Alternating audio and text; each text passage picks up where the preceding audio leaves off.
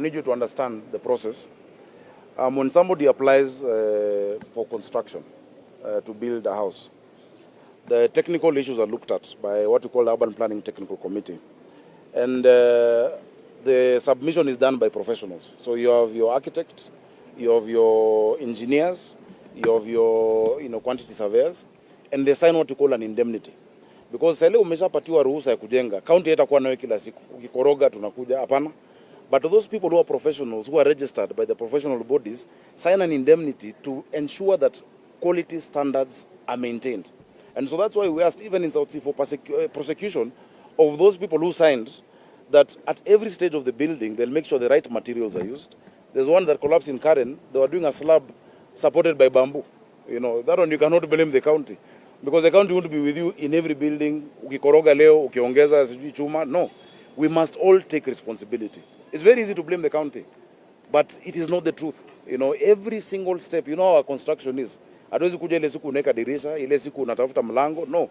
But these professionals, if you're an architect, you're a member of the Architectural Association of Kenya. If you're a surveyor, you have your professional body. If you're an engineer, there's the Institute of Engineers of Kenya. Now, what happens? Some rogue developers look for professionals at the time of applying. When they get those professionals, when they apply, wakishapata ruhusa, they fire them. Na wanajenga na foreman. Sema ongeza hapa, sijui panua hapa. We have told the professional bodies to tell their members, if anybody is removed from a site, they must inform the county and they must inform that professional body, so that we can know that a building is going on without the proper professional support. So the details of what happened the other day, we'll have our disaster team give specific numbers, because I don't want to give an inaccurate figure. What had happened in Shaurimoyo, you remember there was a building, part of what we had marked and already had demolished partly. The owners of the buildings removed the windows and the doors, but sasa vijana wakuja wakaanza kutafuta chuma. So unapata mtu anabomoa chini, mwingine anabomoa juu, mwingine shida ni mbaya sana, So we've instructed our rivers team to fully cordon off any demolished site, because hao vijana wanatafuta riziki yao. It is very difficult to expect them to see something that can give them value and ignore it. So that is what happened in that case. But we must continue being responsible. All of us bear responsibility. Sakaja is not omnipresent. I'm not in everybody's house. I'm not in everybody's construction. Kila mtu awajibike. Unajua wananchi kwa muda mrefu tumekuwa tunasema haki yetu, pia tuseme wajibu wetu. Ukiangalia hapa chini utapata makaratasi imetupwa, haijatupwa na Sakaja.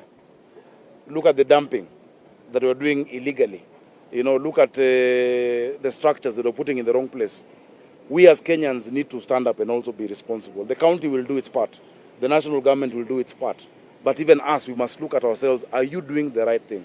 Because it comes back to bite you. So, yeah. Yes. It's a continuous process. My team can give the exact timelines. Lakini mkumbuke, hii mvua imenyesha ni ile short rains ambayo ilikuwa imechelewa. Bado kuna long rains zinakuja.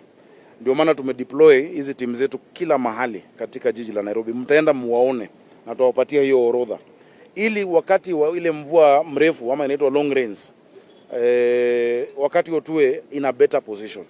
We cannot keep saying that it has always flooded, so tukae namna hiyo, hapana. Because the cost of it is too much to bear. It is too much to bear. Na pia tunashukuru kwa sababu hii muungano ambao tuko nayo na serikali ya kitaifa imeleta resources ambazo county peke yake ilikuwa haina.